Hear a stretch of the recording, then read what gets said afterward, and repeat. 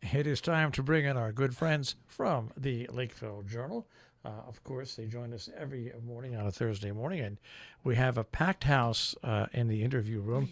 I've never seen so much paper on that table in a long time. Good morning, Cynthia. And what's going on with you guys in there? It's intimate in here. It's intimate and cozy on a hot day. All right. Who do you have in there with you? Quincy, what's your name? Quincy. And Arthur. And what's your name? Andy. And it sounds like your mic is not working, Cynthia, so we're going to try this. And now talk. How's that? Is that better? That sounds better to me. It's always better when you don't have mute on. Yeah. Good. I take no responsibility for that. I take every bit of responsibility. And we're not going to mute the following person. Good morning, Janet. Good morning. And how are you? Good. How's everybody? It's nice to know there's a full house. There is a full house today. And I actually wanted to start off with Compass today because it's such an amazing Compass. But Go ahead. No. Fine with me. We have to start off. We start off with the news because the news is the news. All right. We'll skate through it quickly and leave lots of time for Ann. We've got a really continuing controversy because there is no closing date set for the maternity unit, but then again, there is no date to keep it open for the maternity unit either. Yeah, because it's not anxious enough to be pregnant. So actually, there was a meeting of the Sharon Selectmen. They met with Peter Cordeau, the president of the hospital, and Janet was there. Do you want to talk about it all? Do you want me to talk about it? Oh, go ahead. You are very familiar with it. I'm happy to add in anything. So as part of this ongoing conversation with HealthQuest and Sharon Hospital, where HealthQuest had come in as part of their certificate of need, said to the state, we won't change anything or close anything for 3 years. We will expand the maternity ward. And then they looked at the numbers and decided that the numbers weren't quite what they had expected them to be. There's a lot of negotiating going on behind the scenes. There's a lot of details, I think, that none of us know except for maybe the couple people that are negotiating. But the upshot is, as you said, there's no clear real sense in the community of what's happening. And I think that that's the thing we hear the most often is that people feel there's not a lot of transparency that's going on. And what's even worse than that feeling, I think the feeling that's in the community is that it's a done deal and that it's going to close. I think that's the sub-feeling under that other feeling. No matter what they say. Yeah. And there's sort of a shifting line on those dates, but there is negotiating going on. And there's an axis of OBGYN power between the Sharon practice that's so dominant in the area and does such great work. Certainly, I love my doctor there. And the hospital, and that's an ongoing complex negotiation, and it seems like there has not yet been an understanding between the two parties. Okay, Under the Steam in Salisbury is a story that I take very much to heart. Those bears, and they are absolutely right, that are invading Noble Horizons are the big bear and the small bear that came down from where we are, and the small bear is the bear that I took video of, and my next-door neighbor, Reg Lamson, took video of trying to get into his house, but he left garbage on his front porch. I'm going to have Quincy talk about this because he's our bear correspondent, but I want to say that somebody said to me at the post office, if a bear is in your house, then they have to shoot it. And I don't know if that's correct or not, but it does seem like it didn't used to be something that I would think about, but now it's something that I think about. If it's in your house, if you left, let's say, a window open and lots of garbage out there, and it gets on your porch, no. But if a bear gets in your house. Yeah. So Quincy, do you want to talk about this? All right,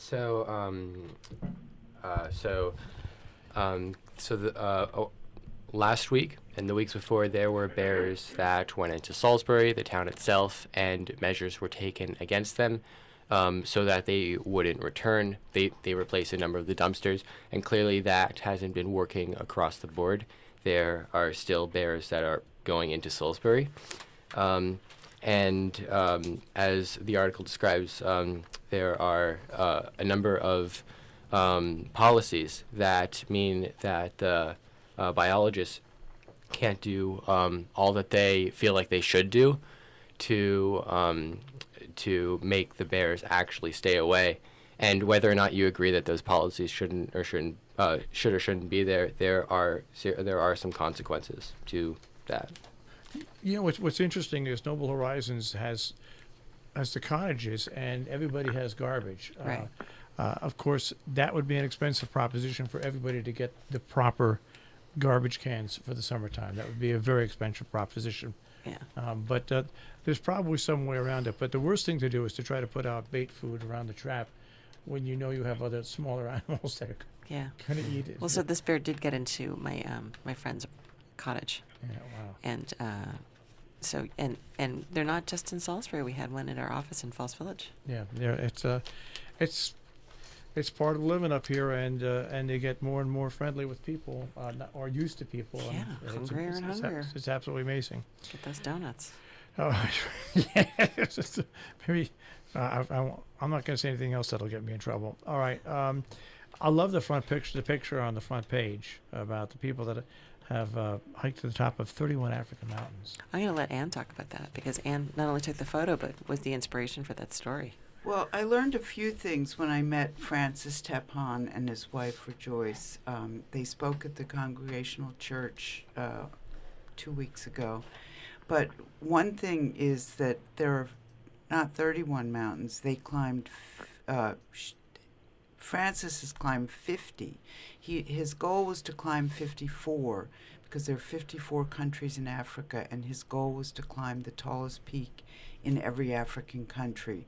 And he was denied entry to only 4 countries. So he climbed 50, and then at a certain point in his travels, he was in Cameroon, and he met his future wife, who had a Muslim name, but she changed it to Rejoice because she had some very, very scary things happen to her as a child. And when she finally became free of all of that, she changed her name. But then when they met, then they climbed 31 together.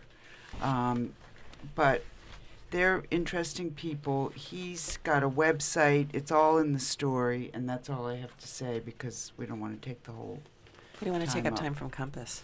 Mm-hmm. Okay. Or from Cynthia.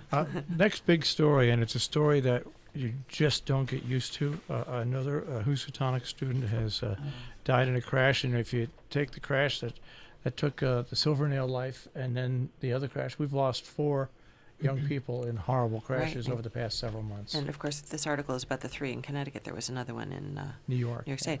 And I would say, generally, we're fairly fortunate around here. I would say it's, every couple of years we have these tragic young people die. It's been an extremely bad summer for it. And so we sent Arthur on Tuesday, was it? What day did we send you to the Yeah, driving it was thing? Tuesday. Tuesday. Yeah. Do you want to describe that a little bit, just quickly? Yeah, so I went to the Survive the Drive clinic that was held at Lime Rock Park, and I got a chance to talk with Bob Green, who was the founder of Survive the Drive, and they do this every year for a number of teens, and Bob actually goes around to a lot of the local high schools, and he gives presentations that are not based on fear or scaring people out of driving, but are just simply based on facts. And it's actually, I got a chance to sit in and listen to him talk about it, and he speaks very well, and he speaks very powerfully about car crashes and fatalities. And then they went out and they were doing some sort of maneuvers and skills that are necessary to be practiced if you ever get into dangerous situations.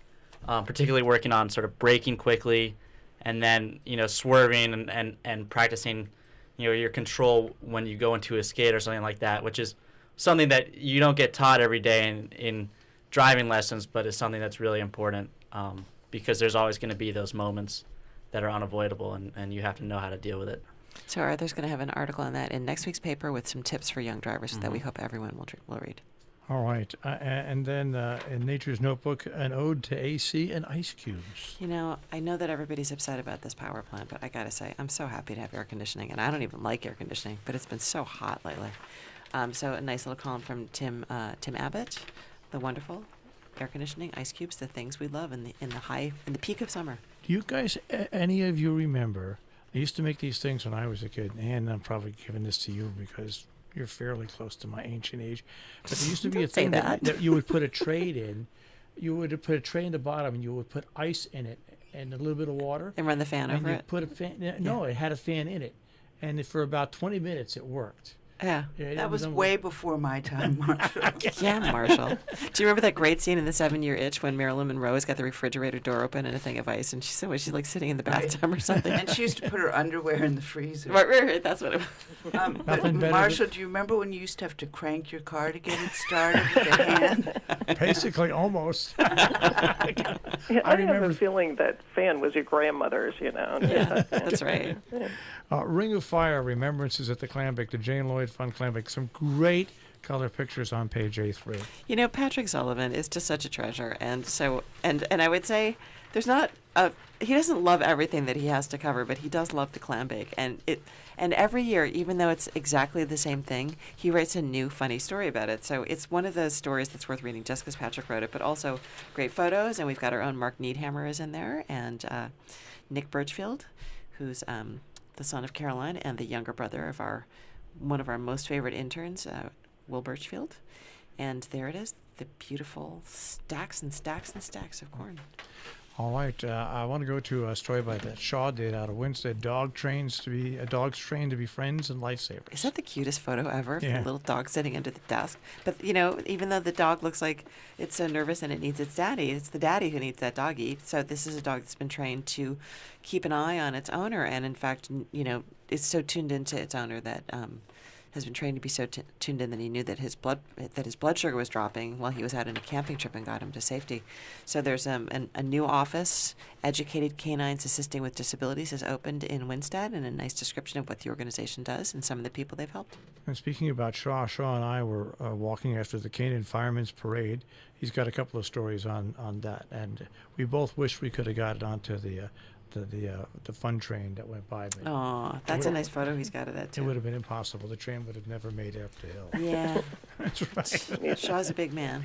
Well, A big barrel of fun. Hey, to me, I like to Shaw likes to stand next to me because all of a sudden he's thin. He says, well, I don't know about that, but All right.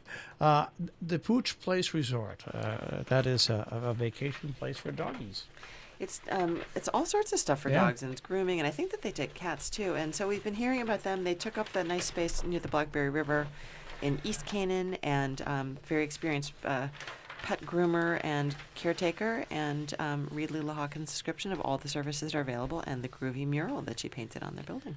All right. And there's some new ordinances that have been passed by the town of Sharon. You know, it's this ongoing thing about blight and what is blight, and do you want to start an ordinance about it that maybe comes back and bites you in the bottom.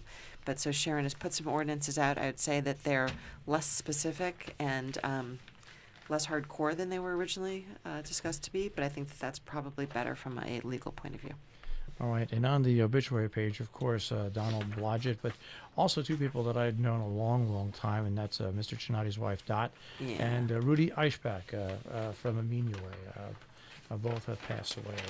And Yeah, our thoughts and prayers go out to all those families. yeah, and of course, Rod Chinatti, one of my favorite people. Oh, well, Heavenly. yeah, just a great guy. I was a freshman when he came back to Housatonic, moved back from Hawaii to begin a second stint there. Oh, that's how ancient I am. That's close to cranking cars. Kent Presents, and we've known about this for a while, but our correspondent Susan Silver first found out about it this year, and by the time she booked the room, the closest she could get to stay was Pauling, New York. Holy smokes! She looked you north? wait, you lose. You know. Yeah, there's a lot of people coming for this. Oh, yeah, but it's booked, and it's really turned into A big deal. huge event. She could stay at my house for $1,000 a night. Yeah. yeah, me too. bargain. Me too. Yeah. Kent Presents quite a big deal, and we have two articles about. One is that, about the grants that were given from last year's event, because this is a fundraiser for local charities. I think they're like 38 or something that benefited. They made a lot of money. And really, very little of the money that they raise from their $2,500 tickets goes to organizers. It really mostly goes to charities and nonprofits, very interesting ones. And so we've been getting emails from some of the charities that benefited last year saying, please make sure you put the list in the paper of who was granted money so that people know to apply for this, because this is a really amazing thing. So they're coming up, I think not this weekend, the weekend of the 18th, 19th. Very interesting speakers. There's going to be a talk on blockchain that our columnist Dan Pelberg will attend, and he's actually got his column on the page this week. But Michael Pollan talking about what, his new exciting topic, and lots of interesting people talking about world affairs. And it's always surprising. People always come out and say, "That's not what I expected it to be. It was so much better than I expected it to be." All right, I want to go on to the editorial page, and the editorial, Sharon, Hospital Under Fire, but we need to listen. Janet, the floor is yours. Right. We need to listen from all sides, and we talk about the difficulty with communication on the proposed closing of the maternity unit at Sharon Hospital. We will give Peter Cordeau credit for being out there, though, and coming to, for instance, that selectmen's meeting that Leila Hawken reported on the front page alone, and knew that there would be lots of people there asking lots of questions and, trying to understand what was going on. And, he, I think, did very well putting the information out there and trying to make it as clear as possible, but he has not changed his story in any way. It's still, he's talking about the fact that it's not a financial decision, so bringing in money from elsewhere really isn't the answer.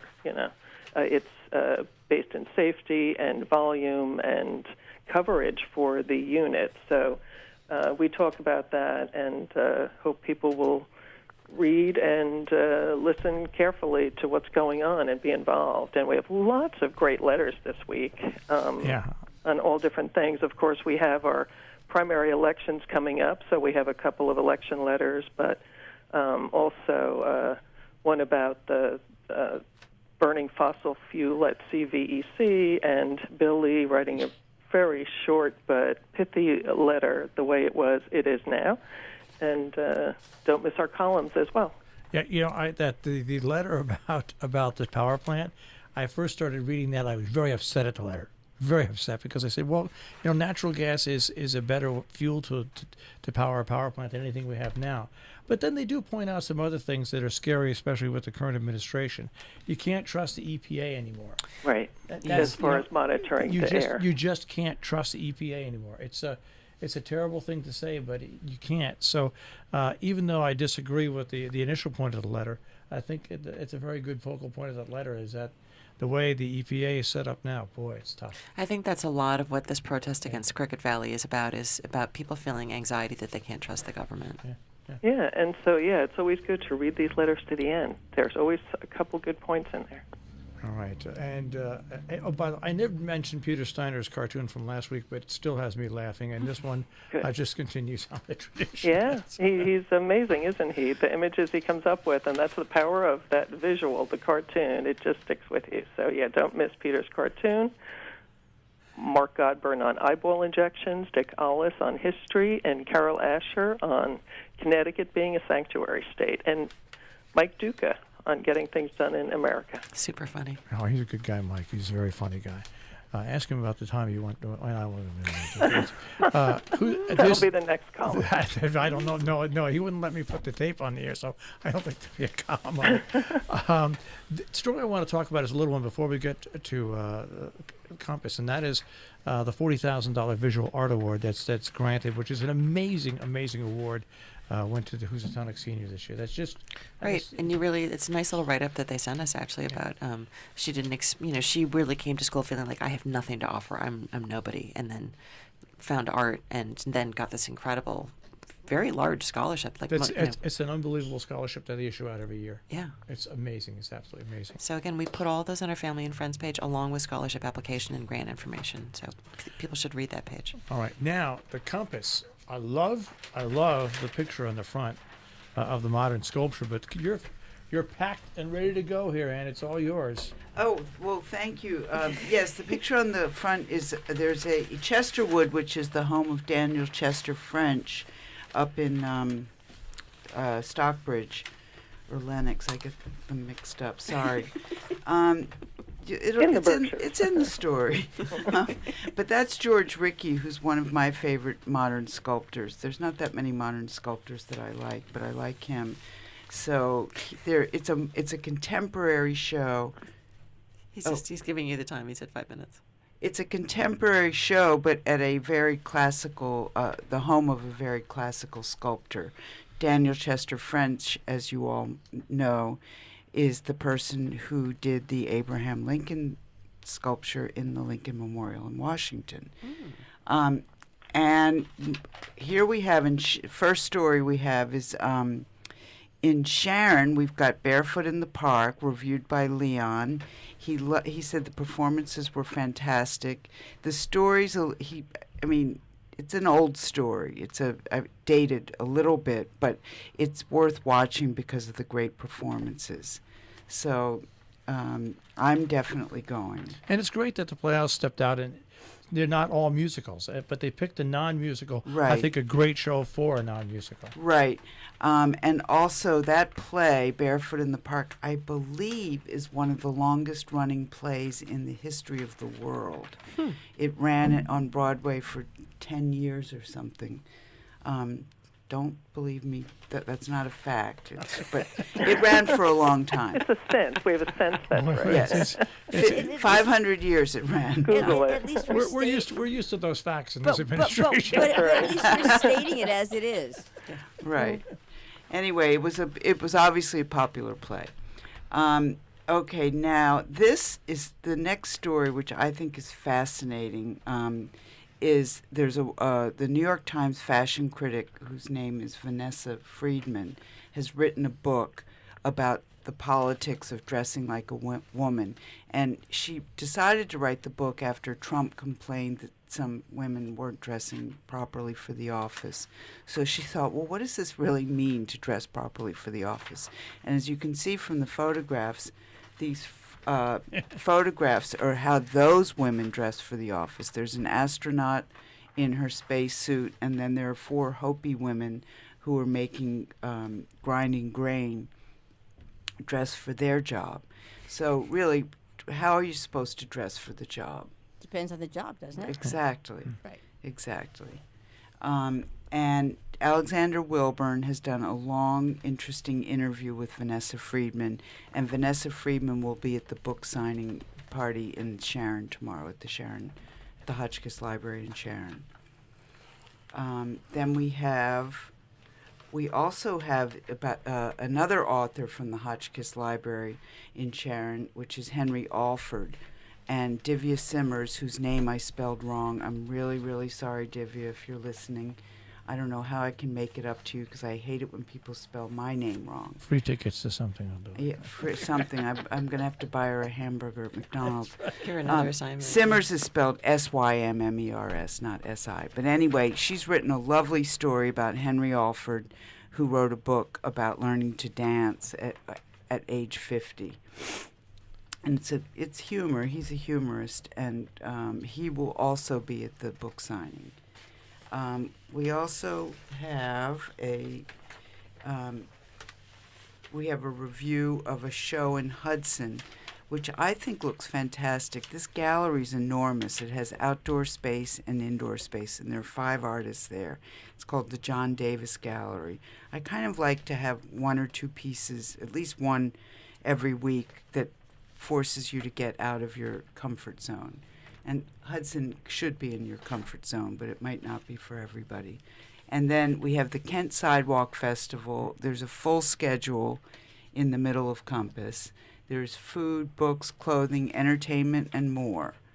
Let's see. I might have used up my time. You have about 30 I'm 40 sorry. seconds left for Capitol We've got Steps. the Capitol Steps in Lenox. C.B. Wismar loves them. They're satirists. They're funny. I've heard them on the radio. I actually heard them in Washington once years ago. And then we have a wonderful food story by Marsden about eating tree blossoms. Tree ears, they're called.